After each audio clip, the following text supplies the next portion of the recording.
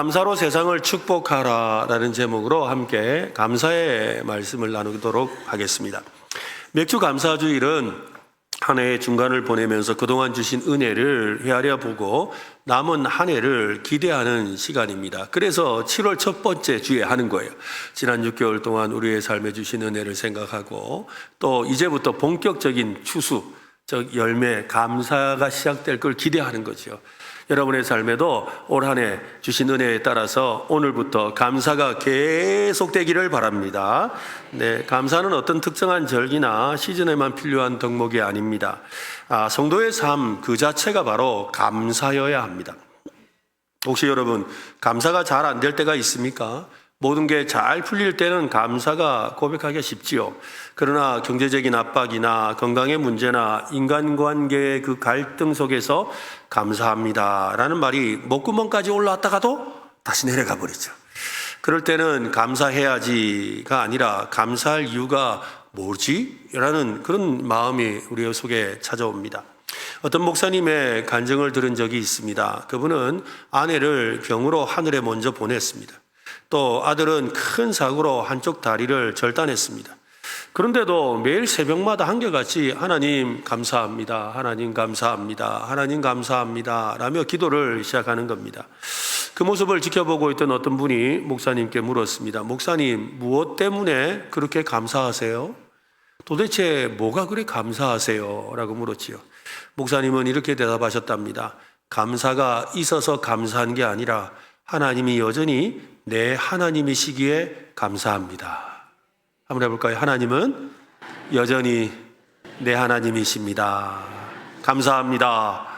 네, 시편 67편은 짧은 시편이지만 감사의 본질이 어디서 시작되고 어디로 향하는지를 잘 보여줍니다. 이 시는 단순히 개인의 감사가 아니라 공동체의 찬양이고 온 세계가 하나님을 아는 성교적인 감사의 노래입니다. 시인은 하나님의 그 얼굴 빛이 우리에게 비추기를 간절히 소망하고 있습니다. 그 은혜가 열방에 흘러가기를 구하고 있습니다.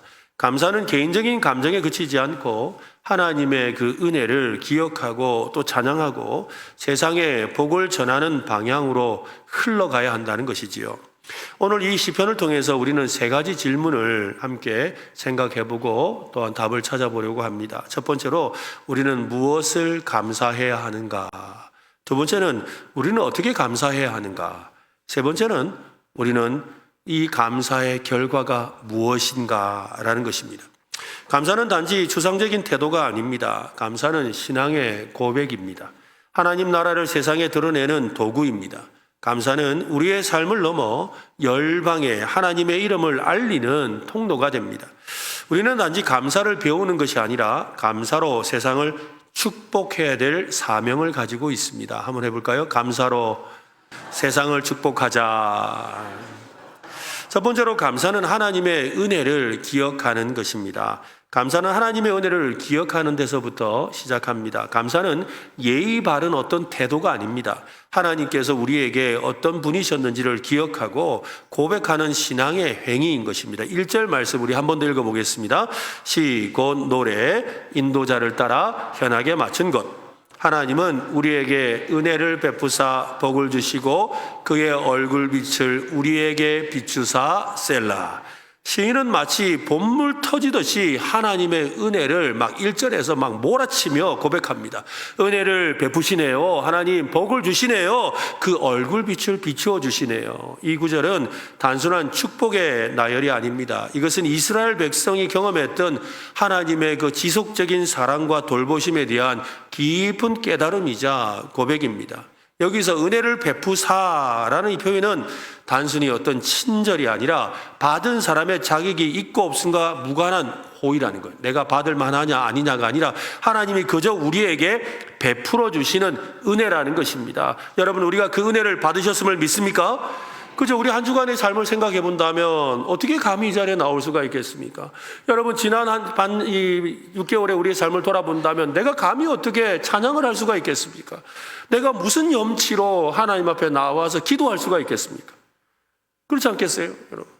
정말 우리가 기도할 만한 뭘 한 게 뭐가 있겠습니까? 그럼에도 불구하고 하나님은 우리에게 사랑을 베푸시고 은혜를 베풀어 주십니다. 그 은혜에 감사하는 것이지요. 그래서 은혜를 베푸사라고 표현하고 있는 것입니다. 하나님의 그 무한한 사랑과 일방적인 그 긍휼을 노래하고 있습니다. 또한 복을 주시고 라는 표현은 하나님의 언약 백성에게 주시는 물질과 정신과 영적인 안녕을 포괄하는 총체적인 샬롬의 축복을 말합니다. 하나님은 그의 백성에게 복을 주셔서 그 백성이 복의 통로가 되게 하시지요. 그래서 그의 얼굴빛을 우리에게 비추사라는 이 표현, 그의 얼굴빛을 우리에게 비추사라는 이 표현은 구약의 그 민수기 6장에 나오는 제사장의 축복에 나오는 내용과 아주 닮아 있습니다. 여호와는 그의 얼굴을 내게 비추사 은혜 베푸시기를 원하며, 그죠? 하나님이 어떻게 해요? 자기 얼굴을 나에게 비추셔서 은혜 베풀어 주시기를 원한다라고 했죠. 여러분, 그 얼굴빛이라는 것이 너무 중요해요. 하나님의 얼굴빛, 하나님의 그 얼굴빛을 볼 때 우리도 그렇지 않습니까? 우리가 이렇게 집에 들어간다든지 아니면 어떤 모임에 가면 그 사람의 얼굴을 보잖아요. 얼굴을 보면서 우리가 짐작하잖아요. 야, 조심해야 되겠다. 아니다, 지금 아니다. 그죠? 어떨 때는, 이 사람 날 반겨주는구나. 라는 마음이 들죠. 그래서 나는 뭔가 위로를 받고 싶고 힘을 얻고 싶어가지고 그 사람을 탁 찾아갔는데 표정이 아무 말을 안 하는데 그 얼굴빛이 영 아니에요. 그러면 마음에 상처가 돼서 말도 못하고 그렇게 있지 않습니까? 그런데, 들어갔는데 얼굴빛이 환하면서 너무 반갑게 맞이하는 얼굴이라면 어떻게 하겠어요? 그냥 그거 자체로 마음이 편안해지고 속에 있는 거 다 쏟아놓고 싶잖아요. 여러분, 하나님의 그 얼굴빛은 언제나 우리를 향해 사랑의 얼굴입니다. 은혜의 얼굴입니다. 긍휼의 얼굴입니다. 위로의 얼굴입니다. 힘을 주시는 얼굴입니다. 기뻐하시는 얼굴입니다. 그 얼굴빛이 우리로 하여금 나도 오늘도 은혜를 받는구나. 내가 지은 죄가 있어요. 내가 부족한 것이 있어요. 내가 좀 하나님 앞에 좀 못한 것도 있지요. 그럼에도 불구하고 염치 불구하고 가서 이렇게 고개를 살짝 들었는데 그 얼굴빛이 너무 좋은 거야. 그때 어떻게 돼요? 감사합니다. 이 마음이 나오잖아요. 주님 감사합니다. 내가 뭐라고 이렇게 사랑해 주시네요. 여러분, 오늘 그 은혜를 얻고자 하셨죠? 그 은혜를 얻기를 원하시죠? 여러분, 그 주님의 얼굴빛을 만나는 여러분 되시기를 간절히 바랍니다. 그렇습니다. 여호와는 내게 그 얼굴을 비추사 은혜 베푸시기를 원하며, 하나님의 그 백성과 얼굴을 맞이하고 친밀히 교제하고 그들에게 평안을 주시겠다고 약속하시는 거지요. 비추사라는 이 구절은 하나님의 임재와 구원의 빛을 비춘다는 뜻입니다. 구약 성경에서 얼굴을 비춘다는 이 표현은 하나님의 특별한 임재와 사랑을 축복하는 것을 말합니다. 어두운 길을 걷는 자에게 등불이 되어주시죠. 하나님은 빛이시니까요. 등불이 되어주세요. 하나님의 얼굴빛은 우리의 삶을 환하게 비춰주시는 그런 안정감과 또한 인도자가 되어주십니다. 이스라엘 백성들은 광야에서 만나와 메추라기를 먹고 반석에서 물을 마셨습니다. 불기둥과 구름기둥으로 인도를 받았습니다. 그들은 눈앞에 펼쳐진 현실 속에서 때로는 불평하고 원망했습니다. 그런데도 하나님의 얼굴빛은 바뀌지 않으셨죠. 아니 이것들이 하면서 갑자기 혈색이 얼굴색이 확 바뀌고 이러지 않으셨다는 거예요. 그처럼 모든 순간에 함께 하시는 하나님의 은혜, 그 하나님이 바로 저와 여러분의 하나님입니다. 오늘날 우리는 바쁘다는 핑계로 삶의 여러 문제에 매몰되어서 하나님과 깊은 교제의 시간을 등한시할 때가 많습니다.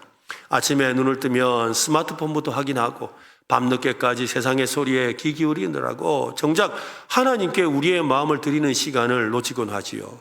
그러나 시편 기자는 하나님은 우리에게 은혜를 베푸사 복을 주시고 그의 얼굴빛을 우리에게 비추신다라고 했습니다. 하나님과의 그 친밀한 관계가 모든 복의 근원임을 고백하고 있는 것입니다. 하나님과 가까이 하는 것이 내게 복입니다. 한번 해볼까요? 하나님을 가까이 하는 것이 내게 복이다. 그죠? 그래서 하나님의 그 친밀한 사랑이 오늘 여러분과 함께 하시기를 바랍니다. 우리는 쉽게 잊어버리는 존재입니다. 어제 받은 은혜도 오늘 새로운 어려움 앞에서 금세 잊어버리고 낙심에 빠집니다. 하나님께서 우리의 기도에 응답하시고 어려운 상황 속에서도 길을 열어주셨던 수많은 경험이 있음에도 눈앞에 기다리는 문제 앞에서 좌절하고 또 원망에 빠져들죠. 그러면 이 세 가지, 원망, 불평, 넋두리, 요게 안 떠나요. 그래서 어떤 분은 이걸 원불교 신자라 부르잖아요. 그죠? 네, 자꾸 원불교에서 뭐라 그러는데 그 말이 아니라, 그죠? 원망하고 불평하고 넋두리하는. 여러분, 우리 안에 이번 우리의 삶에 원망이 좀 사라지면 좋겠어요. 그죠? 누구 때문에? 어휴, 그때 그것만 아니었으면. 그 원망하는 거잖아요. 불평이 뭐예요? 아, 이게 뭐야, 이게. 아, 이거 뭐. 불평하는 거예요. 넋두리는 뭐예요? 아, 그때만 그랬으면, 아이고, 얼마나 좋았을까. 그때 그랬으면 얼마나 좋았을까. 이스라엘 백성들이요, 끊임없이 하나님의 은혜를 맛보면서도 그들의 입에서 떠나지 않았던 것이 바로 원망, 불평, 넋두리였어요. 여러분, 오늘 우리의 입술에서 이 세 가지가 사라지기를 바랍니다. 어떻게 하면 사라질 수 있을까요?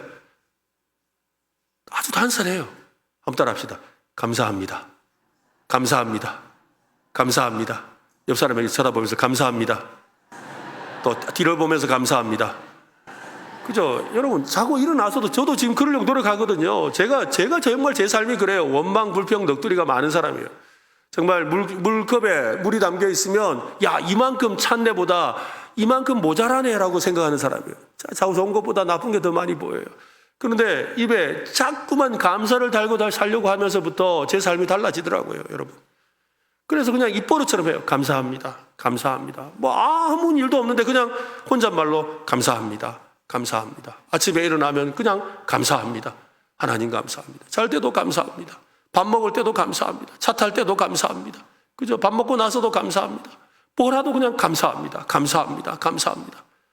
이게 우리 입에 붙어 있으면 원망, 불평, 넋두리가 자리할 곳이 없습니다. 한번 해볼까요? 감사합니다. 감사합니다. 감사합니다. 여러분, 우리가 이 자리에 앉아 예배 드릴 수 있는 것, 그것 자체가 얼마나 큰 은혜입니까? 우리가 매일 숨쉬고 햇볕을 느끼고 사랑하는 이들과 함께 할 수 있는 것, 당연한 것으로처럼 느껴지지만 모든 것이 하나님의 주권적인 은혜가 없이는 불가능한 일이지요. 종종 병원에 계신 분들을 신방할 때마다 이 사실을 절실하게 느끼게 됩니다. 병상에 누워서 고통받는 이들을 보면서 건강하게 두 발로 걷고 자유롭게 먹고 마실 수 있다는 것이 얼마나 큰 복인지를 새삼 깨닫게 되지요. 그래서 그분들, 목사님 나 얼른 나와서 병원 퇴원하고 교회 예배드리고 싶어요. 교회 예배드리고 싶어요. 마음이 안타까워서, 아이고 집사님, 그래도 유튜브로 예배 실황을 좀 보고 하세요. 그러니까, 목사님 그거 보는 걸로 안 돼요. 교회 가야 돼요. 교회 가야 돼요. 그죠? 정말 간절히 교회에 대한 사모함이 있잖아요. 근데 오늘 우리 이 자리에 앉아 있잖아요. 얼마나 감사한 일이에요. 오늘 시편 기자는 하나님의 은혜를 잊지 않고 다시 기억하며 고백합니다. 하나님이 어떤 분이셨는지, 그가 행하신 은혜의 사건들을 되새기면서 그 이름을 높입니다. 감사는 단순한 추억이 아니라 현재의 삶을 해석하는 방식입니다. 여러분, 원망, 불평, 넋두리도 지금 내 삶을 해석하는 방식이고, 감사도 내 삶을 해석하는 방식이에요. 그래서 어떤 분은 이 감사를 눈이라 그러죠. 눈. 우리가 눈으로 세상을 보잖아요. 그처럼 이 감사라는 눈으로 세상을 본다는 거예요. 오늘 우리의 눈이 바뀌었으면 좋겠어요. 그죠? 감사의 눈이 되시기를 바랍니다. 하나님께서 우리에게 베푸신 셀 수 없는 은혜들을 하나하나 헤아려 보십시오. 숨쉬는 공기, 사랑하는 가족과 이웃들, 또 우리가 누리는 평화로운 일상들, 무엇보다도 죄인된 우리를 구원하기 위해서 독생자 예수 그리스도를 이 땅에 보내주신 그 큰 사랑을 말입니다. 이 모든 것이 하나님의 은혜입니다. 그 은혜가 없었다면 한순간도 제대로 살아갈 수 없었습니다.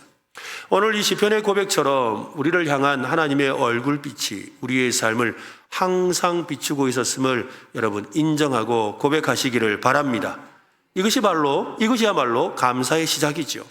우리가 하나님의 은혜를 기억하고 고백할 때 우리의 마음은 불평과 원망 대신에 감사와 찬송으로 가득하게 됩니다. 감사는 단지 좋은 일이 있을 때만 하는 조건적인 감사가 아닙니다. 우리의 삶의 모든 순간, 심지어 고난 속에서도 하나님이 여전히 우리와 함께 하시며 선한 뜻을 이루어 가신다는 믿음에서 나오는 신앙의 고백이 바로 감사입니다.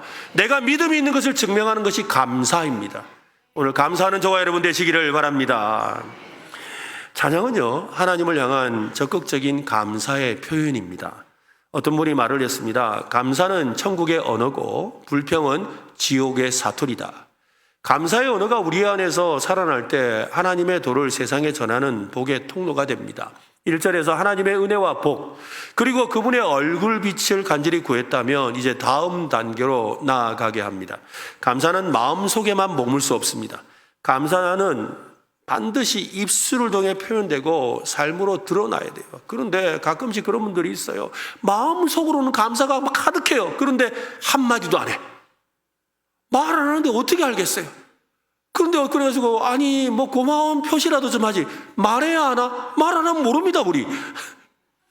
근데 꼭 말을 그래요. 말 안 해도 감사하고 있습니다. 말 안 해도 감사하는 거 어떻게 알아요? 어떻게 알겠어요?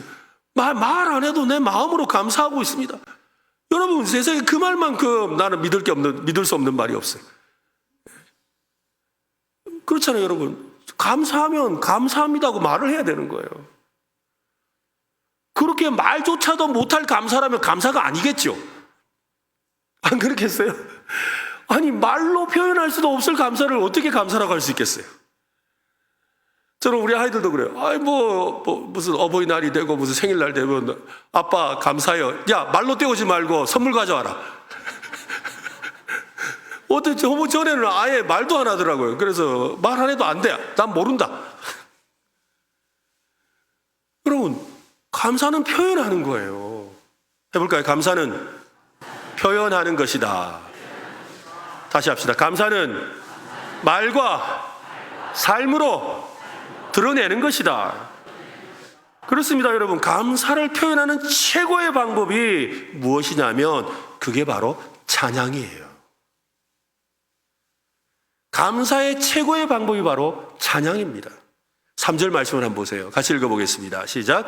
하나님이여 민족들이 주를 찬송하게 하시며 모든 민족들이 주를 찬송하게 하소서. 5절에서도 똑같은 구절이 그대로 나옵니다.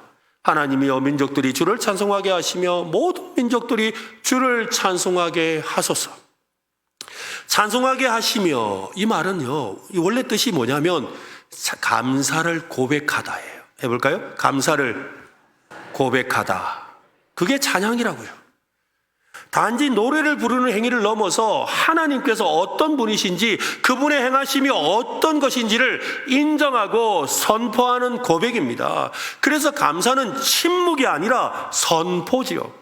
더 주목할 것은 이 찬양이 이스라엘 백성들에게 국한된 것이 아니라 모든 민족으로 확대되고 있다는 것입니다.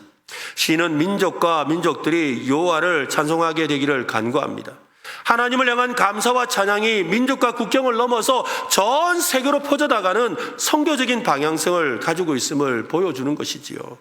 시편 오늘 본문 4절 말씀을 보세요. 같이 읽어보겠습니다. 시작. 온 백성은 기쁘고 즐겁게 노래할지니 주는 민족들을 공평히 심판하시며 땅 위의 나라들을 다스리실 것임이니이다. 성경에는 찬양과 감사가 항상 함께 등장합니다. 시편 104편 4절에서는 감사함으로 그 문에 들어가며 찬송함으로 그의 공정에 들어간다. 감사와 찬송이 늘 짝을 이루고 있어요. 하나님께 가까이 나아가는 길은 이 찬양이라는 문을 통하는 것입니다.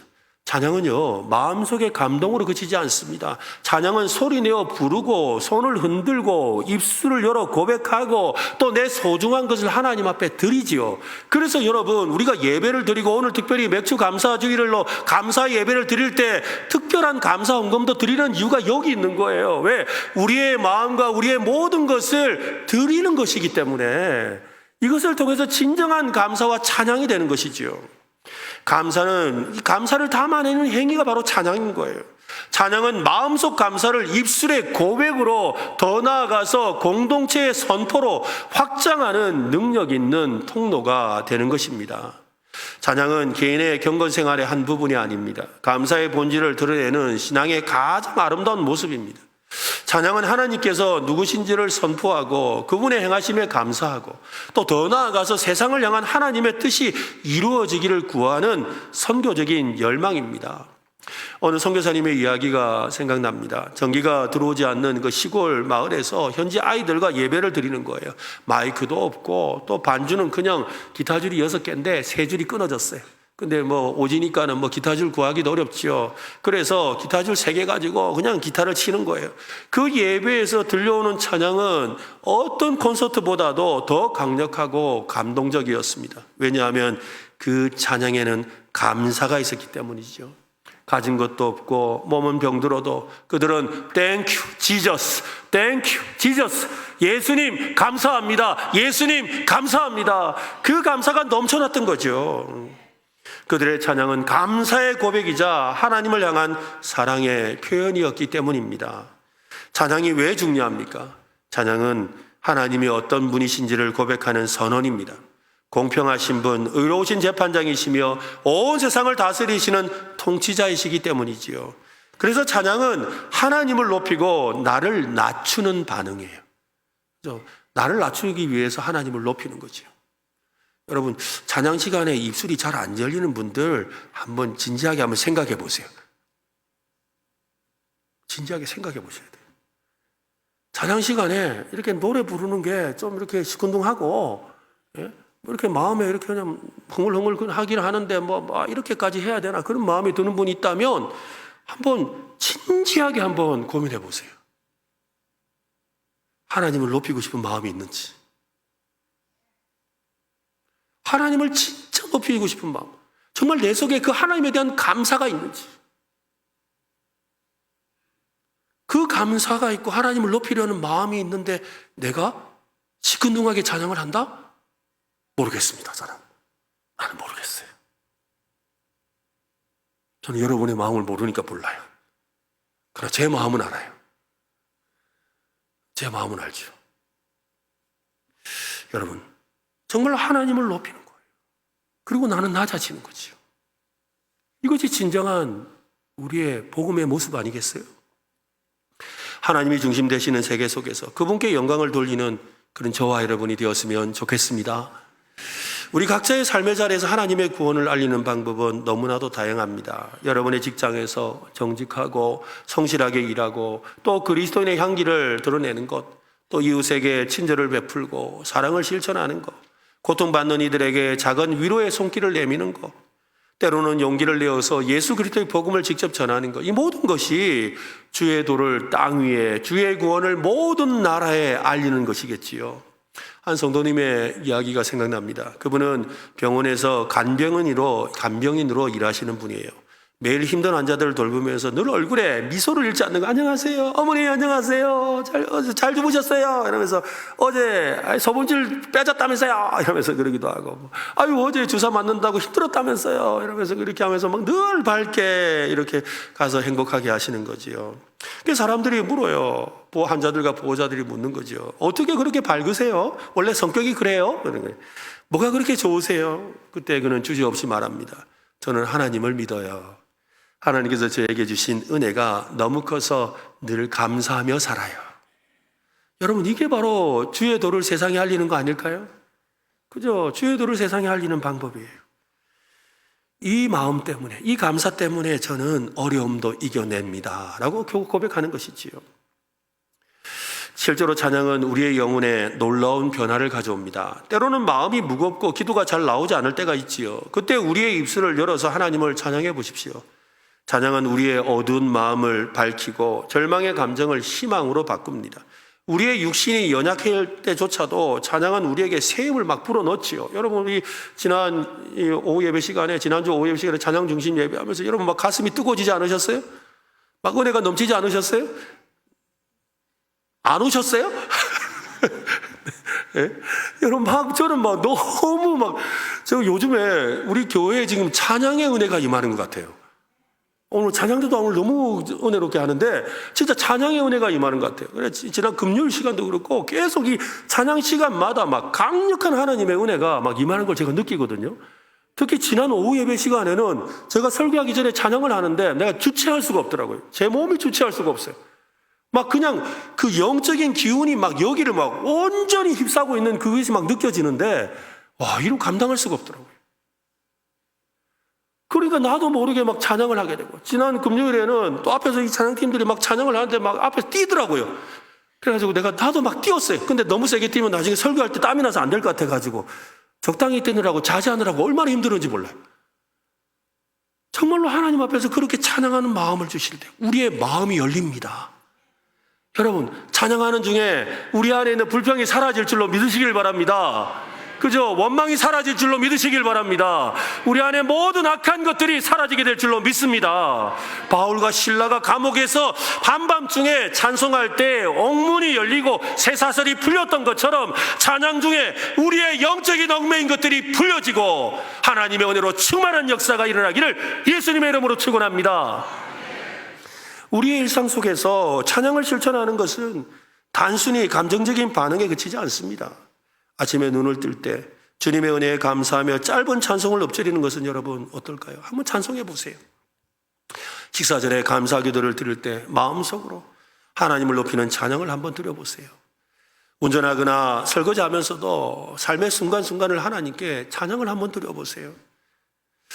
우리가 공동체 안에서 함께하는 찬양은 매우 중요합니다. 함께 부르는 찬양은 우리의 마음을 하나로 묶고 하나님과의 관계뿐만 아니라 성도들 간의 관계도 더욱 돈독하게 만듭니다. 교회는 찬양하는 공동체입니다. 우리의 예배가 찬양으로 가득하고 또 셀 모임에서 찬양이 울려 퍼질 때 그곳에 하나님이 임재하시고 역사하시고 우리의 고민을 감사로 변화시켜 주실 줄로 믿습니다. 여러분의 삶에 찬양이 살아있습니까? 살아있기를 바랍니다. 찬양이 넘치시기를 바랍니다. 그래서 감사가 찬양으로, 찬양이 예배로, 예배가 삶으로 이어지는 여러분의 인생 되시기를 간절히 바랍니다. 감사하는 삶은 세상에 복을 흘려보냅니다. 참된 감사는 개인 안에 머무르지 않습니다. 그것은 반드시 세상을 향한 영향력으로 또 하나님의 복을 흘려보내는 삶으로 이어집니다. 하나님은 감사하는 자에게 복을 주시지요. 그러나 그 복은 나 혼자만 누리라고 주시는 것이 아닙니다. 반드시 흘러가야 돼요. 시편 67편의 마지막 감사가 세상을 향한 하나님의 축복의 통로가 되어야 한다는 것을 강조하고 있습니다. 6절과 7절 말씀인데요. 같이 한번 읽어보겠습니다.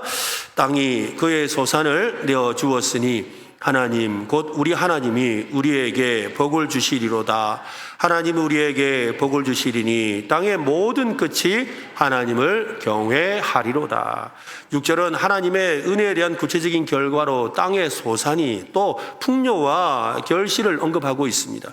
이는 단순히 농업적인 어떤 이 농사를 짓고 난 결과를 표현하는 것이 아니라 하나님께서 그의 백성에게 생명의 자원을 날마다 공급해 주신다는 거예요. 이 복은요, 생계를 위한 공급을 넘어서 하나님께서 그의 백성에 주신 언약을 성취하는 것입니다. 세상 민족을 향한 하나님의 그 선교적인 목적을 지닌 복을 말하는 것입니다.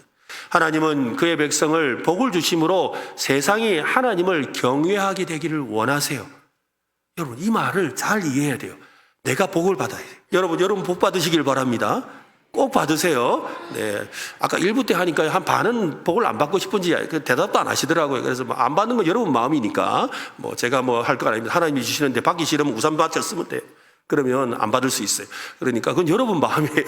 그런데 복이 하나님께서 우리에게 복을 주신단 말이에요. 근데 복을 받았는데 이걸 받은 거하고 옆에 있는 사람이 하나님을 경외하는 것은 무슨 관계가 있겠습니까? 내가 복을 받았는데 내가 복을 받은 거하고 옆에 사람이 하나님을 경외하는 것은 무슨 연관이 있겠냐고요. 내가 복을 받은 걸 보고 옆 사람은 하나님을 경외하겠습니까? 아니면 부러워하겠습니까? 부러워할 뿐이죠. 또 세상 사람들은 대체로 부러워하기보다 뭐예요? 저거 분명히 나쁜 짓 내가 받았을 거다. 의심하죠. 의심한다고요. 그러니까 하나님 경외 안 합니다. 내가 복을 받는다고 사람들이 하나님을 경외하지는 않는다고요. 근데 오늘 말씀은 내가 복을 받음으로 세상 사람들이 하나님을 경외하게 될 거라는 거지요. 이 의미를 우리가 제대로 알아야 되는 겁니다. 경외한다는 뜻은 하나님의 주권을 인식하고 그 앞에 무릎을 꿇는 경배의 태도를 말합니다. 땅끝에서도 하나님을 사람들이 경외하며 나오게 될 거라는 거예요. 그 경외하면 은혜를 입은 백성의 감사가 열방으로 퍼져 나갈 때 일어나는 열매인 거죠. 즉 무슨 말이냐면 내게 있는 복이 흘러갈 때 나오는 역사라는 것입니다. 땅의 모든 끝이 하나님을 경외하는 역사가 하나님의 나라와 복음의 최종적인 목적이지요. 하나님이 복을 주시는 목적은 그저 자기 백성이 잘 되게 하는 데 있지 않습니다. 땅의 모든 것, 모든 민족, 모든 족속이 하나님을 경외하게 하려는 하나님의 그 선교적인 계획과 연결되어 있습니다. 복은 그래서 종착점이 아니라 출발점이에요. 한번 해봅시다. 복은 종착점이 아니다. 종착점은 뭐예요? 여기까지 오면 끝이라는 거죠. 하나님이 내게 복을 주셨다. 그 복이 내게 종착점이라는 건 나를 끝났다 이 말이에요. 그게 아니라 나에게 주신 것은 나에부터 시작이라는 거예요. 따라합시다. 복은 나로부터 흘러간다. 그러니까 여러분, 우리가 복을 한번 생각해 보세요. 우리가 복이라는 그릇이 있어요. 이 복에 그릇이 있는데 여기에 주세요, 주세요 해서 이 하나님이 막 이렇게 채워주셨어요. 채워주셨는데 꽉 찼어. 꽉 차면 어떻게 해요? 하나님이 더 주고 싶어도 받을 수가 없죠. 그릇이 없으니. 그렇지 않습니까? 그러면 그냥 그 받은 복 가지고 어떻게 해야 돼? 아껴 먹고 살아야 돼. 아껴 먹고 살아야 돼. 받은 복 그잖아요. 더 받을 복이 없으니까 받을 자리가 없잖아요. 그냥 그거 아끼면서 아이고 이거 사라지면 안 된다 이러면 살아야 돼요. 그런데 여러분 그 복을 퍼서 나눠주면 어떻게 되겠어요? 그 빈자리에 하나님이 더 채워주신다는 거예요. 여러분 그런 복을 받으시기 바랍니다. 그런 복이 여러분의 삶에 흘러넘치시기를 바랍니다. 이게 바로 흘러넘치는 풍성한 하나님의 복이지요. 그래서 여러분 이 복을 흘려보내는 것, 이게 바로 감사의 시작인 거예요. 그래서 내가 왜 남에게 베풀고, 내가 왜 남에게 우리 전도를 하고, 내가 왜 남에게 선교를 합니까?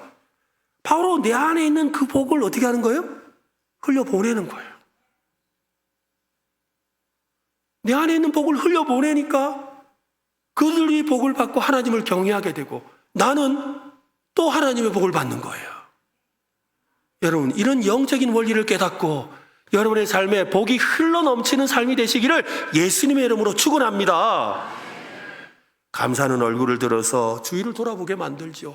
나는 이 사랑을 받았는데 나의 사랑을 누구에게 나눌까라고 하게 되는 거예요. 감사는 하나님의 눈이 되어 세상을 바라보는 거예요. 아까 감사는 눈이라 그랬잖아요. 눈이에요, 눈. 감사라는 눈으로 세상을 보는 거예요. 감사라는 눈으로 세상을 보면 달라 보이는 거예요. 오늘 시편은 복음의 놀라운 그림을 우리에게 제시합니다. 하나님께서 은혜를 입은 이 백성은 찬양하며 감사하고 그 감사는 온 세상에 하나님의 이름을 전하게 만들지요. 그로 인해서 세상이 하나님을 경외하게 됩니다. 그래서 여러분 이 복이 움직이는 이 길을 알아야 돼요. 여러분 이 돈 버는 사람은 돈이 움직이는 길을 알거든요. 모르시죠? 저도 몰라요. 그래 돈 없어요.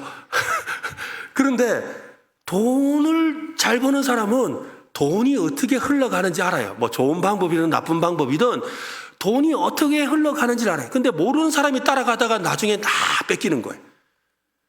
주식 뭐 하든지 무슨 비트코인을 하고 다 보세요. 길을 아는 사람 먼저가 다 가지고 나중에 길도 모르는 사람이 따라가다가 다 뺏기는 거예요. 그런 거예요. 다 길을 아는 거예요. 근데 여러분 복이 흐르는 길이 있어요. 알려드릴까요? 복이 흐르는 길이 있다고. 오늘 말씀이 우리에게 그 이야기를 하는 거예요. 복은요 위에서 아래로 흘러요. 그리고 안에서 밖으로 흘러요. 하늘에서 내게 주세요. 위에서 아래로 흘러요. 내 안에 있는 복이 밖으로 흘러야 돼요. 길을 이해하시겠습니까? 복은 어떻게 해요? 위에서 아래로, 안에서 밖으로. 한번 해봅시다. 한번 손짓도 해야지 잘 기억날 것 같으니까. 복은 어떻게 흐른다고요? 위에서 아래로, 안에서 밖으로. 그죠? 이렇게 흐르는 거예요. 오늘 여러분이 그런 복 받으시길 바랍니다. 하늘의 신령한 복을 받으세요. 그리고 그 복이 여러분의 삶을 통해 마음껏 흘려 퍼지기를 바랍니다. 미국의 이 크리스찬니티 투데이즈라는 미국 신앙 잡지가 있습니다. 그 잡지에 있는 기사를 읽게 되었는데요. 한 중형 교회가 코로나 시기에 거의 문을 닫을 정도로 어려움을 겪었습니다. 재정도 끊어지고 예배를 못 드리게 되니까요. 또 봉사자도 줄어들고 또 예배 출석도 막 급속하게 떨어졌죠. 그때 이 교회 리더십이 두 가지를 결정했답니다. 하나는 모든 상황 속에서 감사하는 예배를 회복하자. 하나님께 감사하는 예배를 회복하자. 두 번째는 이 어려운 때 우리만 어려운 거 아니니까 비록 우리도 어렵지만 이웃을 향한 섬김과 나눔을 더 힘쓰자. 이 두 가지였대요. 그러니까 뭐예요? 하나님을 향한 감사를 회복하자.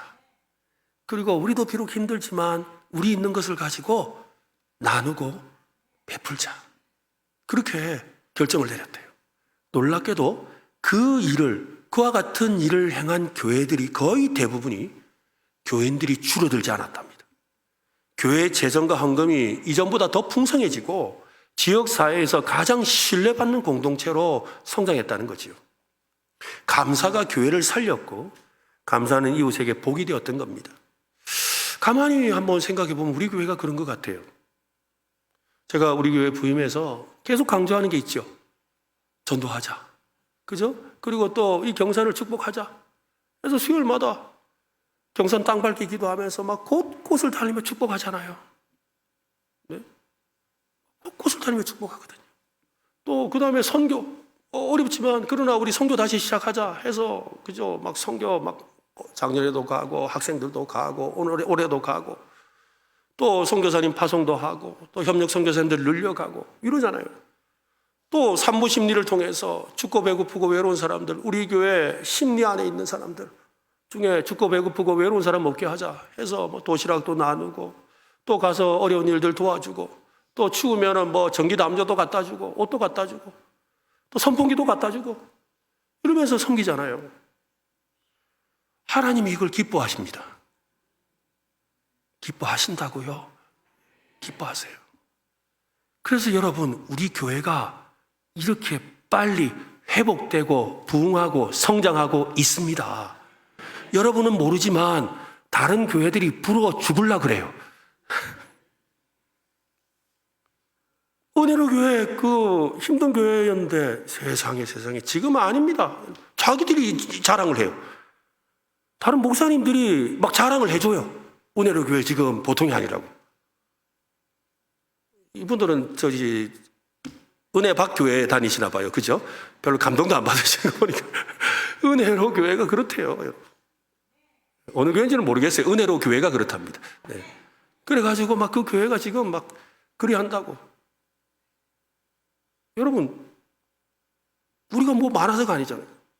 지금 아직도요, 여러분, 코로나 끝나고 교회 거의 대부분이 예배 출석을 70%도 회복 못한 교회들이 너무 많아요. 근데 우리는 계속 하나님 은혜를 주세요. 왜 그러겠어요? 왜 그렇겠어요? 위에서 아래로, 안에서 밖으로. 이걸 실천하기 때문에 그런 거예요. 성경은 감사하는 자가 하나님을 영화롭게 한다라고 말합니다. 이 감사는 결코 내 안에 머물지 않고 반드시 이웃을 향해 흘러가게 되어 있습니다. 하나님이 복을 우리에게 주시리니, 여기서 말하는 복은 물질적인 축복만이 아닙니다. 용서받는 자의 평안, 은혜 입은 자의 기쁨, 하나님과 동행하는 자의 삶 전체이지요. 여러분, 진짜 복은 받는 것이 아니라 흘려보내는 것입니다. 복을 흘려보낼 때 감사가 더 넘치게 되죠. 여러분, 받은 은혜로만 감사하지 마시고 그들과 함께 나누는 감사가 있기를 바랍니다. 지금 여러분의 삶은 복이 흐르고 있습니까? 하나님께 받은 이 은혜가 주변 사람들에게 전달되고 있습니까? 감사가 내 안에만 머물러 있다면 오늘 이 말씀을 다시 묵상하고 그 복을 흘려보내는 삶이 되시기를 바랍니다. 오늘 저는 세 가지를 말씀드렸습니다. 한번 따라할까요? 감사는 기억하는 것이다. 감사는 찬양하는 것이다. 감사는 흘려보내는 것이다. 오늘 저와 여러분의 삶에 이 감사가 넘치시기를 예수님의 이름으로 축원합니다.